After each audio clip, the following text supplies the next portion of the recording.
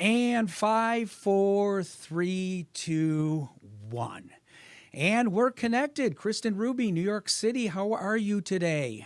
I am good. Thank you so much for having me. How are you? I'm doing good. What I did want to talk to you about today is how social media is working and turning many people, doctors, nurses, and other professionals sort of into media stars. You know, you've pointed this out to me in the past of people producing videos on places like TikTok and YouTube, and they're doing dance numbers, routines inside hospitals. Is this a good thing during a pandemic for me to be able to flick through and watch somebody doing a Justin Timberlake routine in the hospital where I may be suffering from the coronavirus?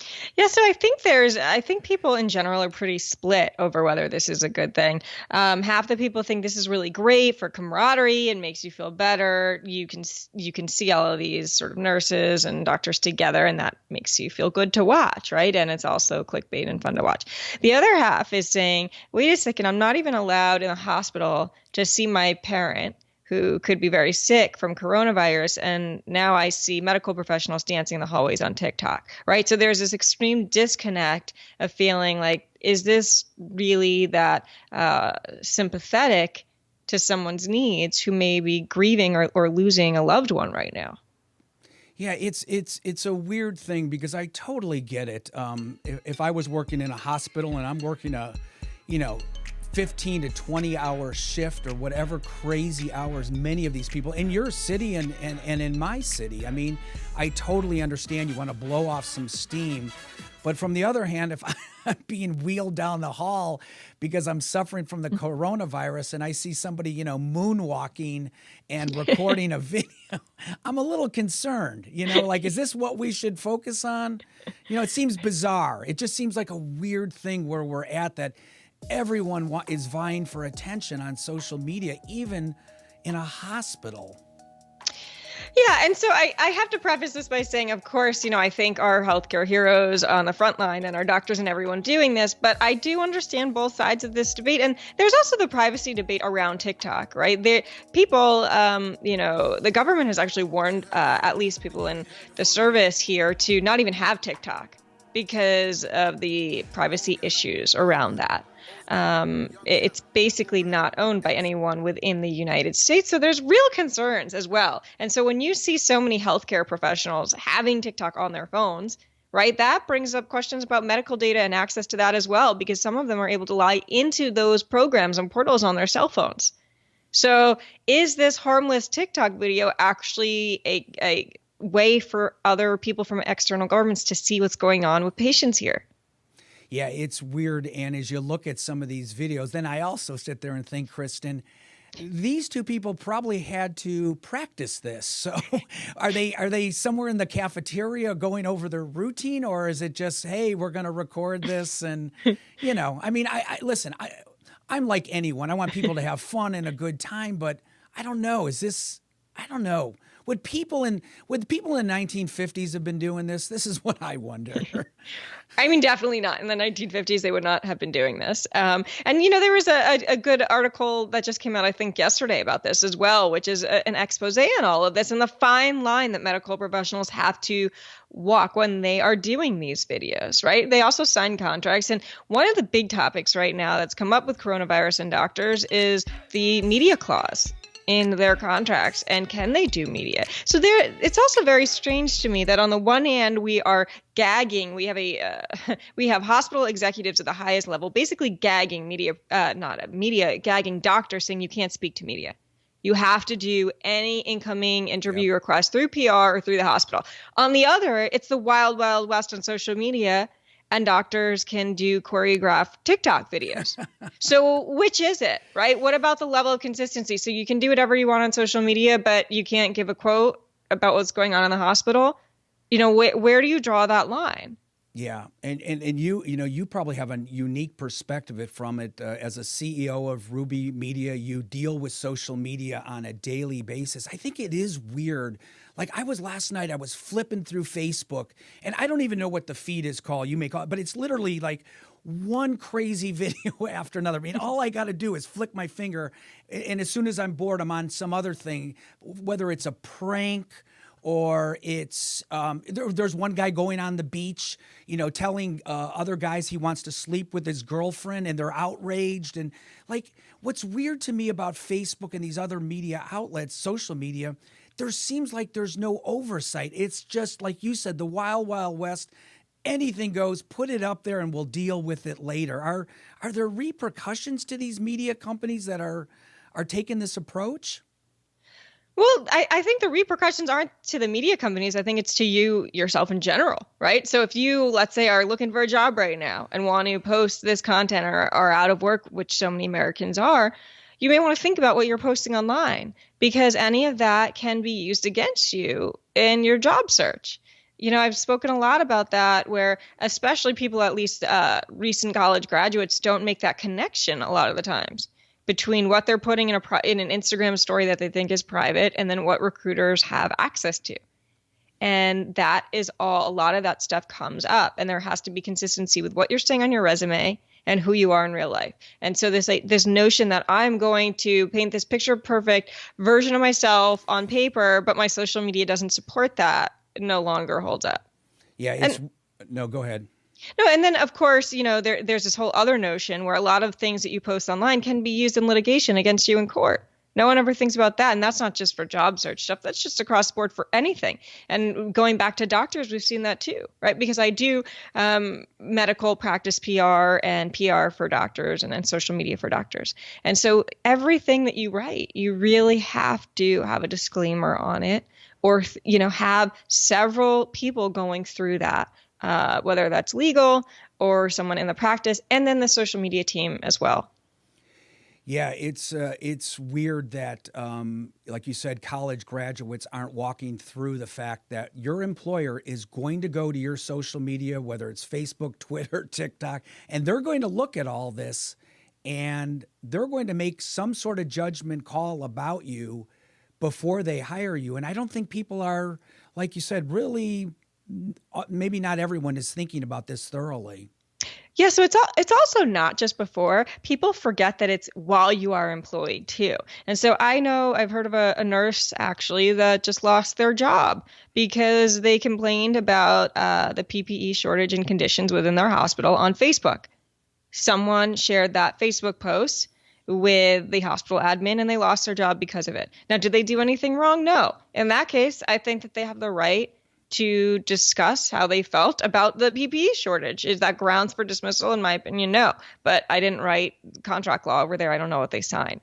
And so it's not just this notion that once you get hired, you're in, don't worry about it. It's also, it's a continual process to think about it after you have been hired. So it's really an interesting point. What do you advise to people? Just stay off social media, or, I don't know that people know how. I think common sense is sometimes out the windows. Would you advise people just stay away from it when you're working, or what do you suggest? I would advise people to really, and I when I work with clients, especially medical ones, the first thing I say is go over the clause that you signed in your hospital contract. Now, again, that's specific for medical professionals, but it's anyone who has a job anywhere has signed some employment agreement where it talks about social media. And it will talk about media. You should know what you've signed really well. Save that on your laptop and think about that before you post anything. Now, the problem is most people just sign that and don't actually read that part. But the terms and conditions of what you're signing there really does matter. And so I think it's unrealistic to say, avoid social media in general. But I do tell people, if you don't want to post it on the cover of the New York Times, then don't post it. Right? Because anything is fair game right now. There's things I've tweeted just opinion based, right? And there are journalists just pull them into articles. So you need to understand that's the new state of reporting, or people need to understand that. And so if you don't want to see your tweet or your post being used in a story, don't put it up.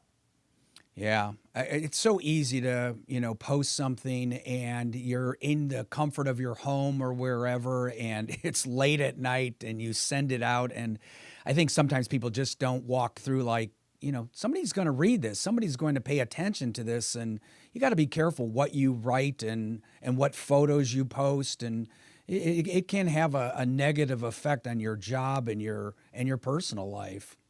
It can. And you know, the most interesting part of all of this is you have people who hire PR professionals like myself to spend so much time crafting messages on your company website, only for you to what? Like post something in a rage on Facebook at 11 p.m. at night and blow through all of that messaging, right? So if you want it, there's a disconnect again.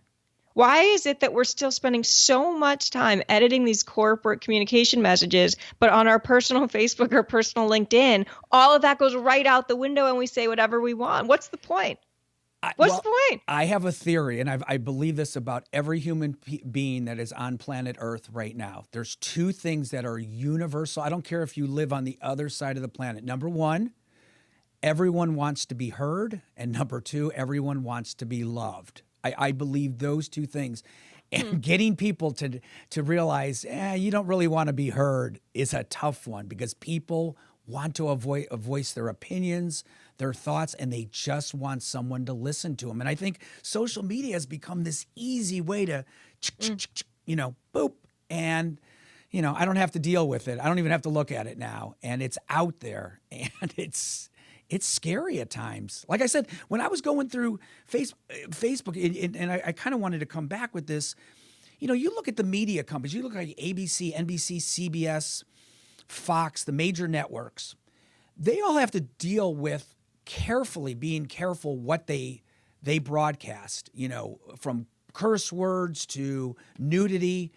But what I was trying to drive at is on many of the social media sites, they just let anyone post anything. And that's got to be frustrating to the four networks who really have got to watch their P's and Q's. I mean, people are saying and doing anything on social media, and it looks like, well, if that's what they want to post, that's what they want to post. There seems like there's no watchdog anymore, making sure that there's some sort of standard to what we do and what we put out there. Well, I mean, I think that very quickly you see cases where someone tweets something that is perceived as over the line or gets media attention, and then suddenly someone is watching, right? So there's that tipping point. And when they go over the line, then, they're on high alert for what they are posting for sure.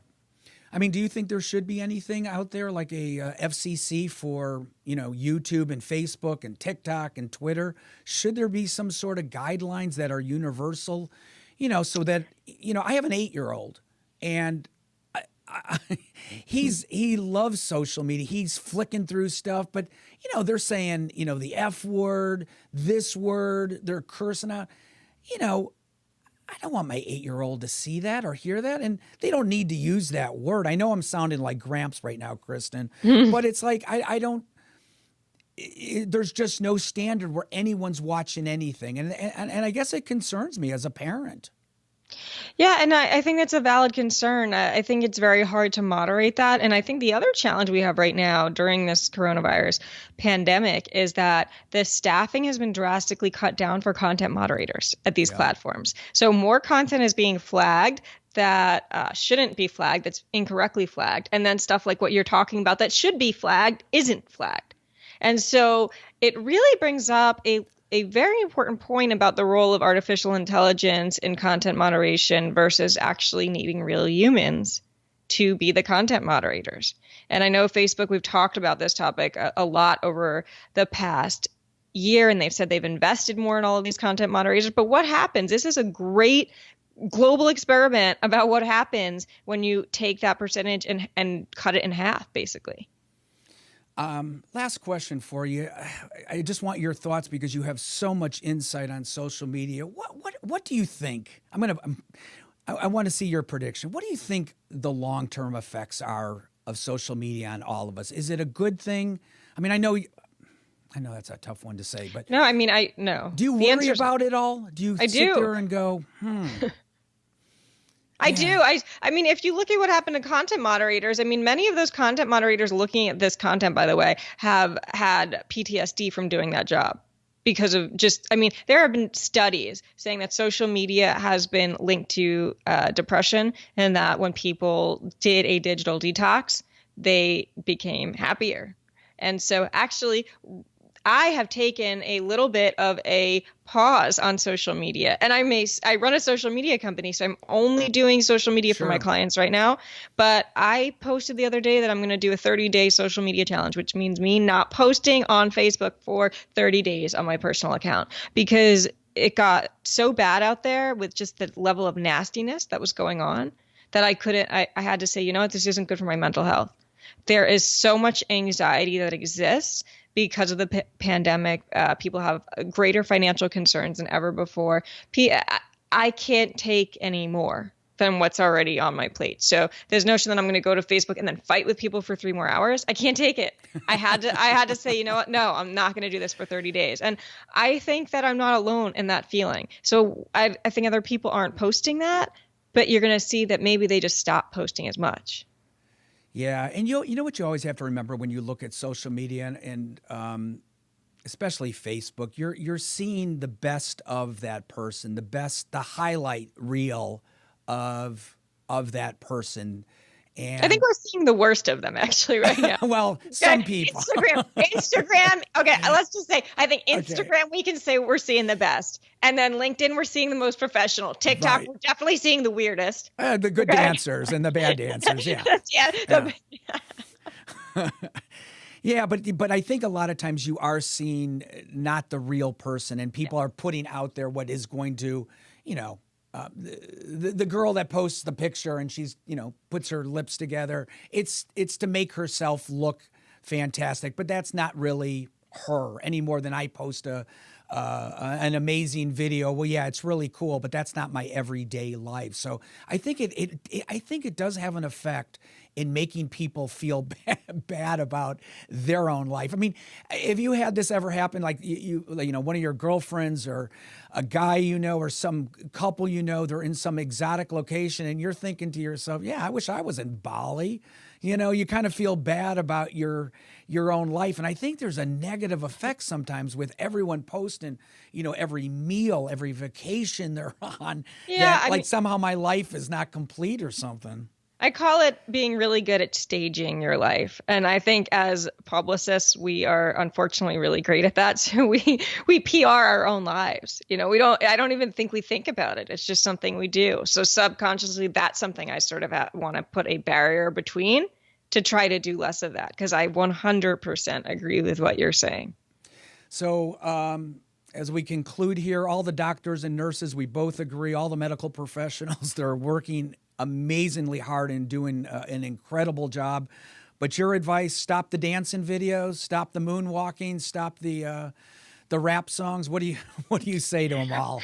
What I say is just on the one hand, it's good for camaraderie, but just maybe not do it in the hospital, or maybe do it at least in the parking lot, or just be mindful of the amount of people that are dying right now, and the people that can't even get into nursing homes to see their parents and can't visit their parents and have to say goodbye to their parents on a FaceTime call.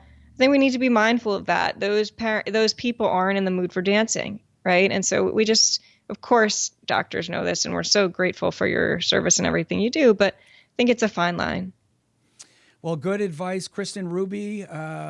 Thank you for your time. And when you're here in Florida, I want you to come into the studio, and I want to talk. I could talk hours about social media because I have no idea what I'd love to come back in 100 years to see the effect of what this had on our society. So it'll be interesting. Maybe it won't even be around. Hey, there you go. Maybe it'll be a passing fad.